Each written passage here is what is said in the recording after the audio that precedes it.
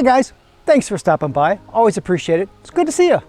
Today we're specifically going to go through the creative modes on the Blackhawk 2 series of drones. Now this doesn't matter if you have the Blackhawk 2 Pro series or if you have the EXO Mini Pro series, it doesn't matter. All those use the same app, so all of those creative modes are going to be the same. They're going to operate the same way. They're going to look the same way. So we're going to go through these creative modes one by one. I'm going to check them all off, see if they work first of all. Also going to give you some tips and a little bit of a tutorial on what I did to make those work, and if there were some problems, I'll let you know how those work at the time.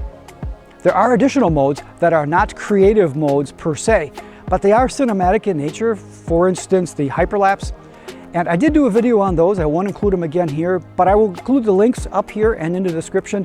So if you want to see what those look like, the problems I had, and how to do those, you can go ahead and take a look at those at your leisure. All right, so let's continue on with the creative mode. We're going to go ahead and do the fly to sky first here. And as you can see, we do have a lot of wind again today. So when we do some of these functions, keep that in mind that we do have a lot of wind that we're fighting. So we'll see if that makes a difference or not, or if it's stable. See a little zoom working there.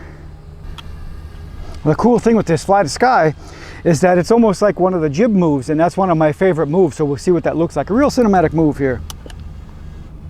Keep in mind that in a lot of these moves, if there's a point of interest, the drone does go directly above that point of interest at one time or another. So there was no flights directly above people during these videos. It is a hot one out here today. It's going to be in the high 90s, which is really unusual. So it's a hot one. This is a really nice move though, that it comes up, does that jib move, and then keeps on going. Very cinematic again, if you're going to use that for, an opening or a point of interest. Really, really quite nice here. It really is. Really like that. It's one of my favorite kinds of moves when you get that jib, when it can take care of the gimbal as well. And that's something I should mention too, is that a lot of the more budget drones, they might have an orbit or waypoints, things like that, but they don't control the gimbal. This is really quite nice that it's able to control the gimbal in a nice way while it's doing its moves. So it takes care of that for you, which is really nice.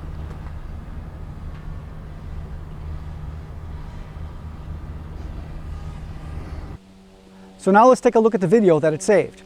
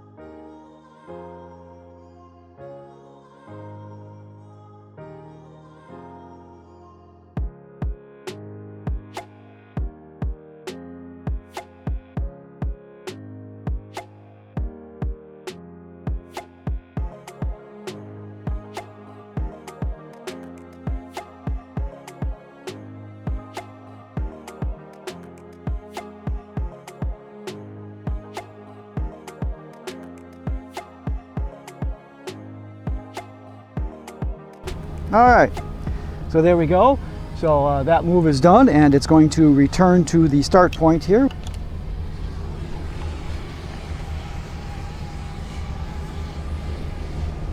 Next one we're going to do is a 360 shooting, which just rotates around. So it's kind of interesting if you're trying to get a perspective of something, but well, I think you could probably do that honestly by just holding your left stick and having it rotate. But we'll go ahead and do it so we can see what it does.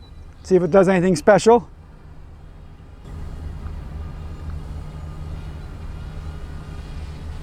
It's nice that in some of these modes, it gives you kind of a little visual tutorial on how to set up the move. That's really nice.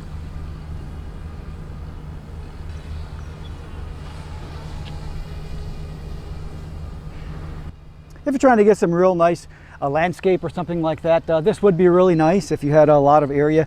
Not a lot to see here. So I'm going to go ahead and just do this part of it here so you can see what it's like. So there you go. So that's what that looks like here. So we're going to go ahead and just rotate back to our point of interest. So our next one is the Comet Mode.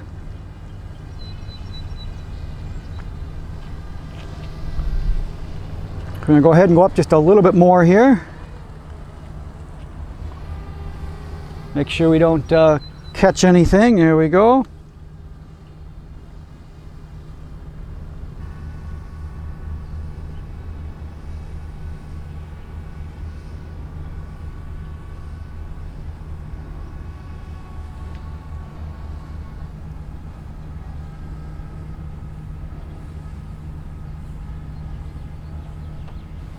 So something that happened to me was 3 or 4 times I did try this move, and it did a half a move or a partial circle or one above the point of interest and stalled and just kind of drifted sideways. It was really unusual. I wasn't really sure what was going on.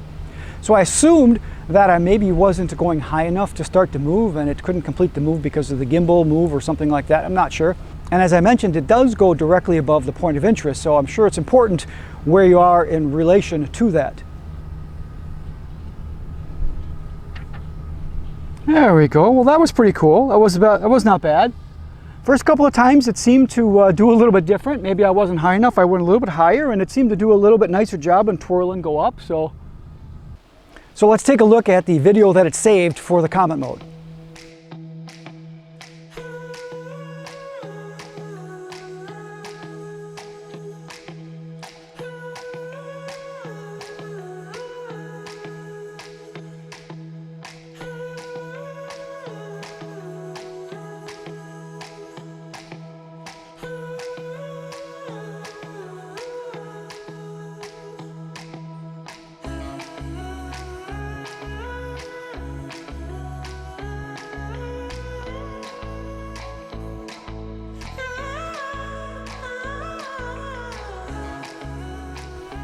This is pretty unique, so I can definitely see myself using this in videos in the future. All right, so let's go ahead and get set up for our Dronie here. Let's get a nice point of interest anyway.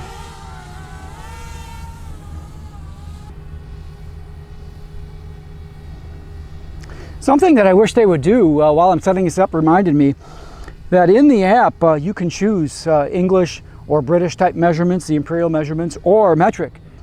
And I did choose the imperial measurements like we use in the US here. And some of the things changed in places, but other places did not. So I'm constantly having to kind of calculate in my head what this would be because the feet and miles is my kind of normal parameter. So I wish they would fix that and make it consistent through everything here so we didn't always have to figure out where we were going to be here.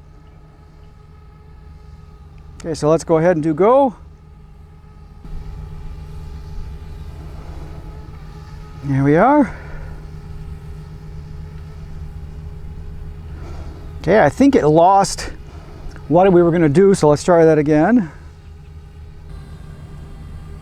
Try to choose something with a lot of contrast here, as good as I can.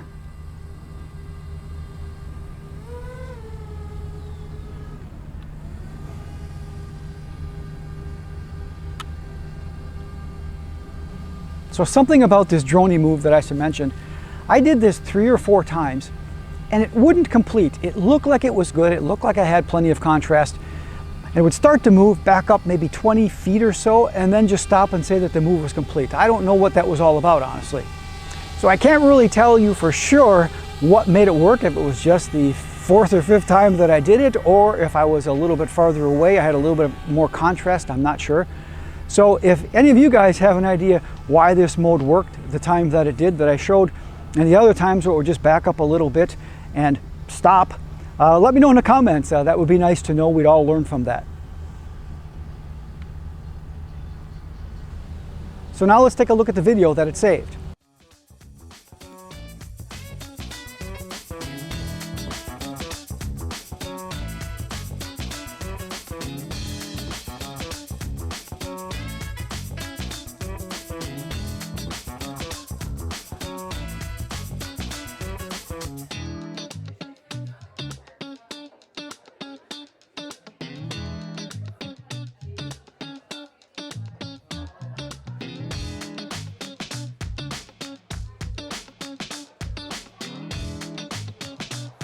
Seemed a little picky at first here.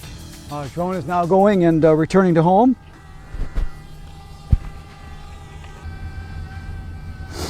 All right, so now let's go ahead and do our auto drifting, which is the next one here. Let's just go ahead and do the forward first and go, see what it looks like. So this is a hyperlapse mode of sorts, meaning that it will stitch together different pictures and then play them back as video. The video that it compiles, because it's a time lapse, is really short and fast, so I'll play it a couple times, so pay attention when I play it here in a second. It would be really nice if EXO were to add some parameters, maybe the number of points. I think it did 30 or 31 pictures, that we could maybe add to the pictures, add to the speed, add to the move, or something like that, kind of more like they did with the hyperlapse, and give us more parameters. That way we could make this move a little longer, or maybe customize it a little more to our liking, rather than just out of the box it gives you 30 pictures and it goes in this direction and that's it. Now this one doesn't seem to want to return to the takeoff place, so we're going to go ahead and do that. And then we'll do one of the other ones here. So here we go with the video that was compiled. Yes, that was it. I will go ahead and play that a couple more times back to back here.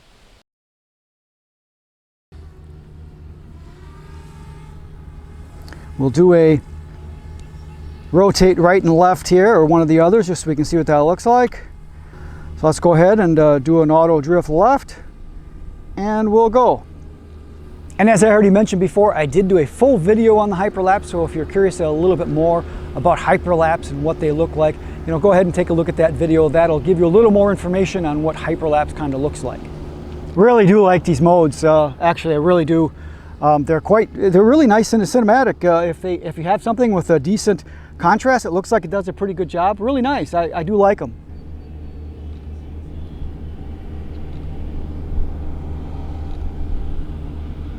And then we'll see what these look like, of course, when we're done. I believe these types of lapses like that, they go ahead and recompile them, so we'll see what they look like.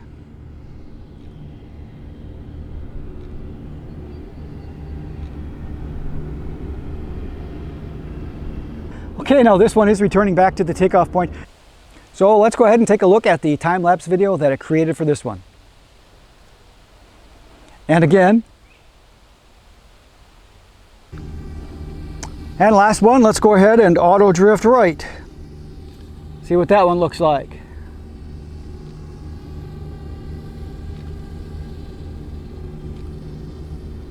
Doing a little jib move forward, which again, I love those when you're doing a jib and you're pointing down and then you do a flyover. We'll see if it keeps going. But again, that's one of my favorite moves, when you have that nice jib move, or the nice gimbal move in the midst of your shot. So I really do like that. That's nice. I'm glad.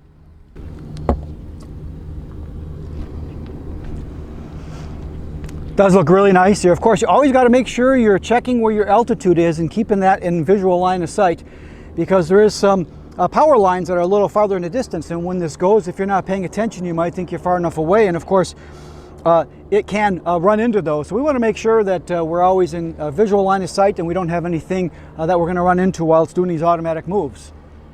Always make sure we keep that stop button in distance so that we can stop it if we need to. Perfect. Okay, now this one is returning to the takeoff point again. Looking good. So let's take a look at this video. And again. And of course, as always, make sure you guys leave me your comments or what you thought of these creative modes. Seems like just some pretty useful things on here. Probably could use some more. Maybe they'll add some in the future, not sure. But as it stands right now, there's a few modes that are automatic, and they function pretty well.